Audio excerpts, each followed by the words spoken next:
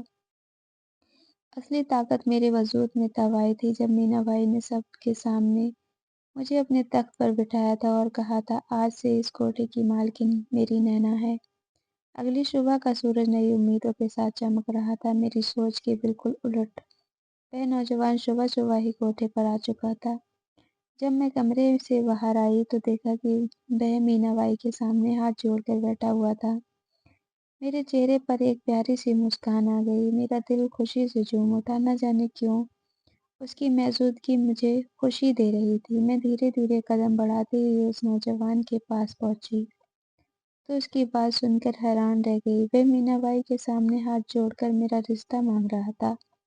اس کی یہ خواہش تھی کہ اس سے شادی کر لوں۔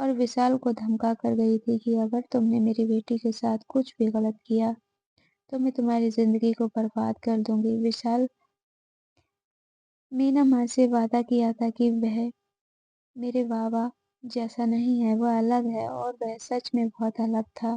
اس نے مجھے دنیا جہان کی خوشیاں دی تھی۔ میرے بابا مجھ سے ہر وقت معافی مانگتے رہتے تھے۔ ماں میرا بہت دھیان رکھتی تھی۔